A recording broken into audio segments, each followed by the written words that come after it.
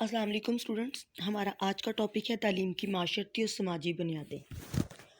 جہاں پہ تعلیم ہماری نفسیات کے لیے ایک بیس پرووائڈ کرتی ہے، وہیں ساتھ ساتھ ہمارے معاشرے اور سماج کے لیے بھی تعلیم کی معاشرتی بنیادیں جو ہیں اسی لیول پہ جا کے ہماری رہنمائی کرتی ہیں۔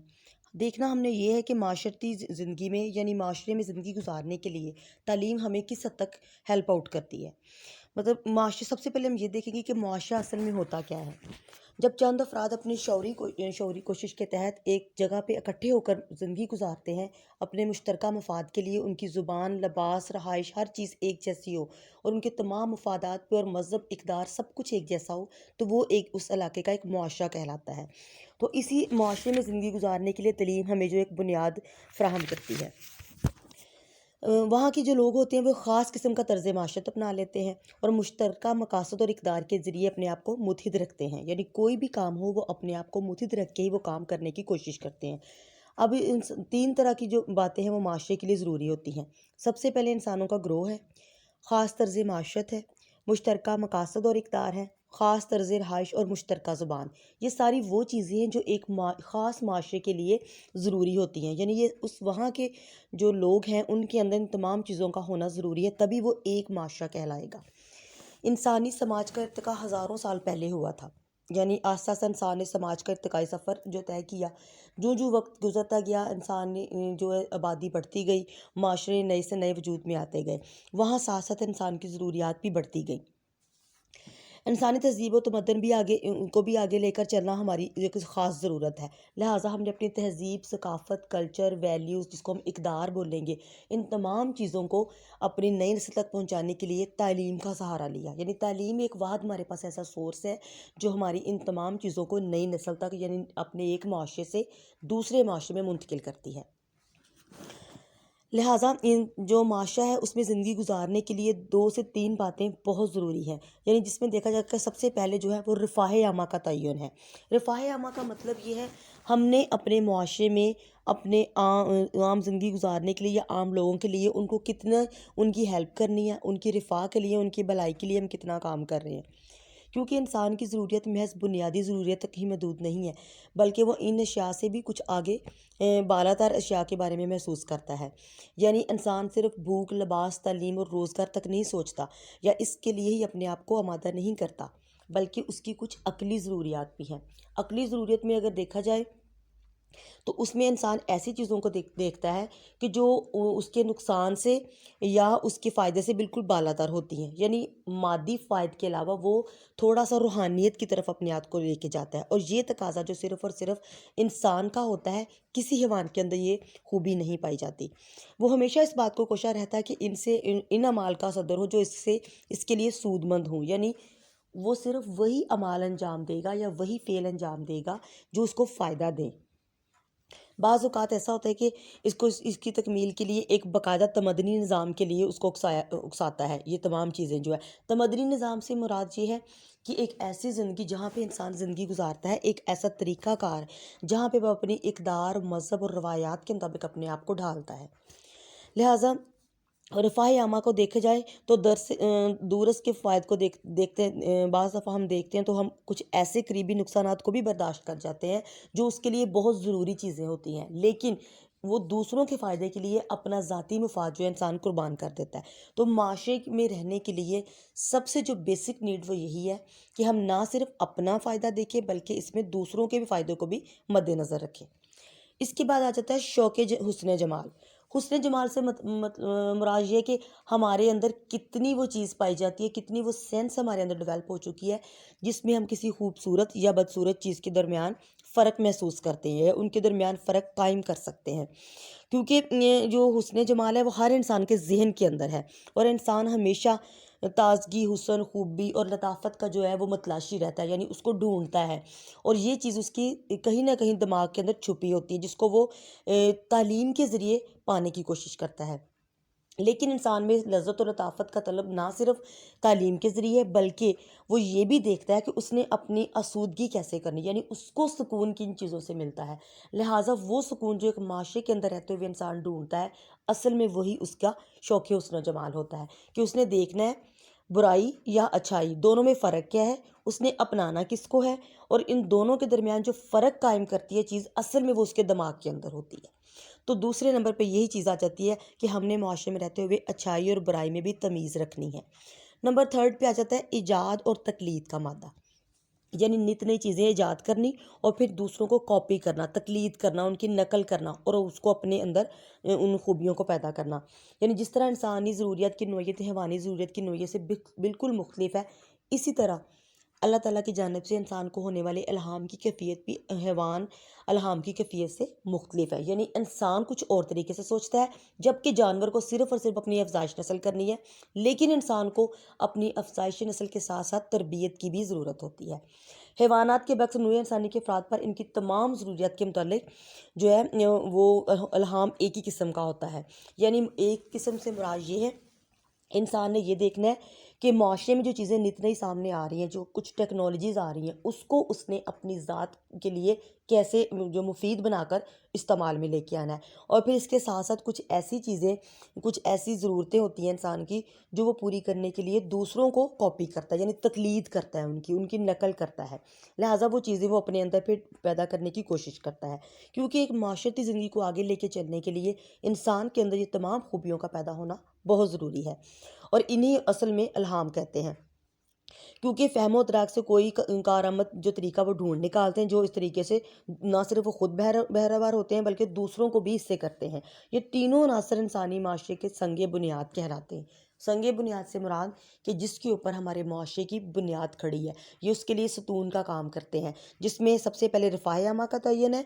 شوق حسن جمال ہے، اور نمبر تھرڈ پہ ایجاد اور تقلید کا مادہ ہے۔ یعنی یہ تینوں چیزیں جو ہیں ایک معاشرتی زندگی کے لیے موسٹ امپورٹنٹ رول پلے کرتی ہیں۔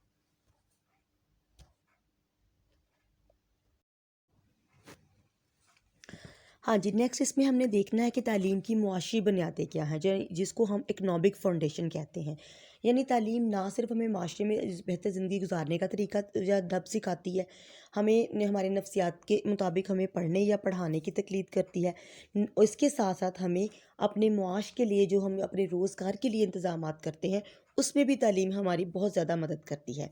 کیونکہ ترقی یافتہ اقوام نے تعلیم کا اولین جو ہے وہ تعلیم کو اولین ترجیحات میں رکھا ہوا ہے۔ ان کے لیے سب سے جو موسٹ امپورٹنٹ چیز انسان کی تعلیم ہے،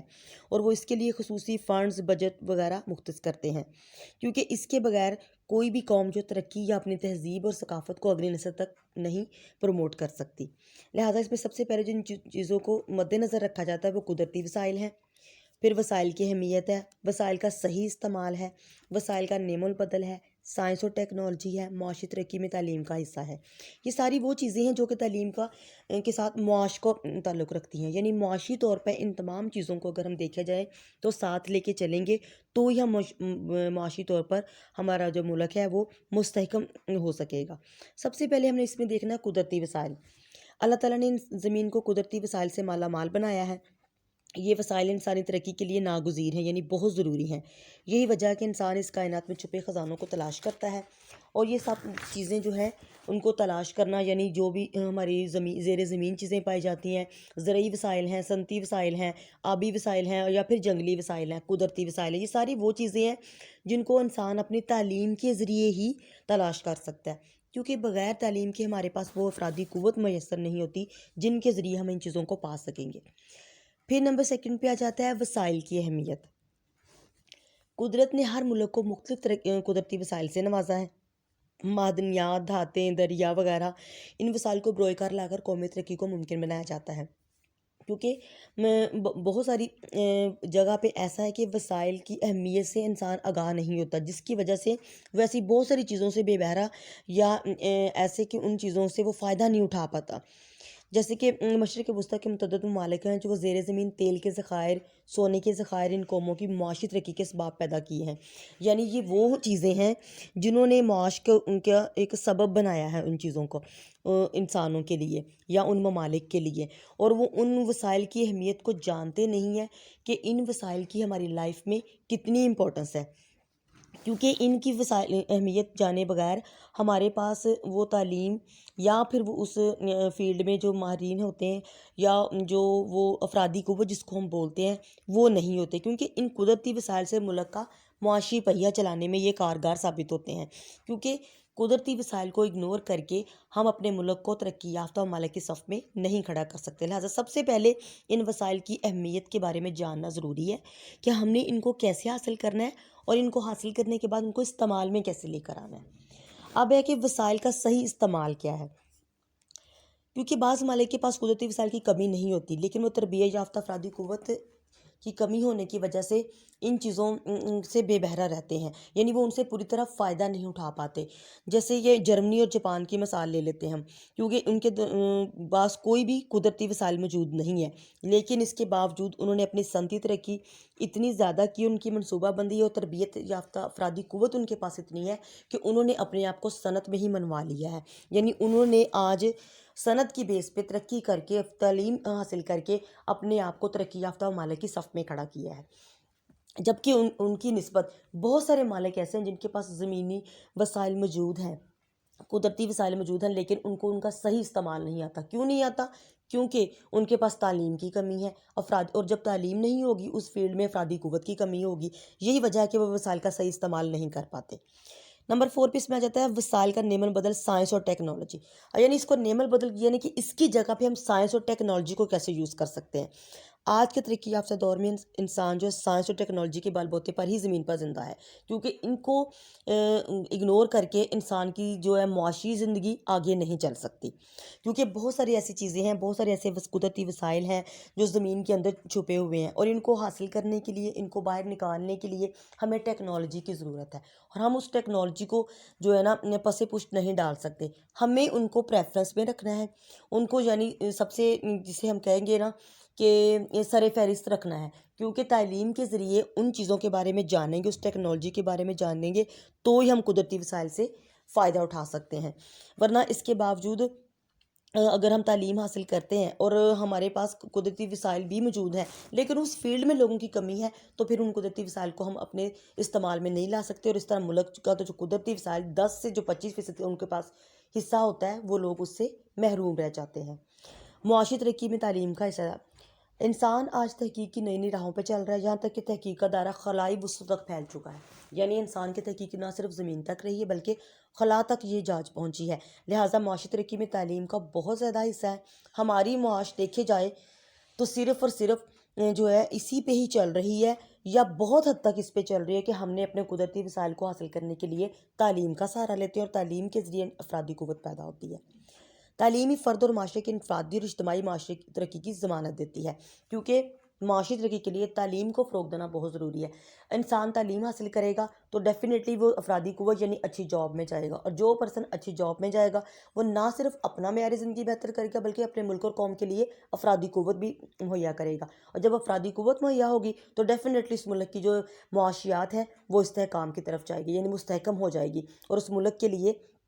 جو ہے ہر چیز کی پلاننگ یا اس کی منصوبہ بندی ایک بہتر خطوط پر کر سکے گا، کیونکہ پڑھے لکھے افراد ہی ان چیزوں کو صحیح استعمال میں لا کر اپنے ملک کو ترقی یافتہ ممالک کے صف میں کھڑا کر سکتے ہیں۔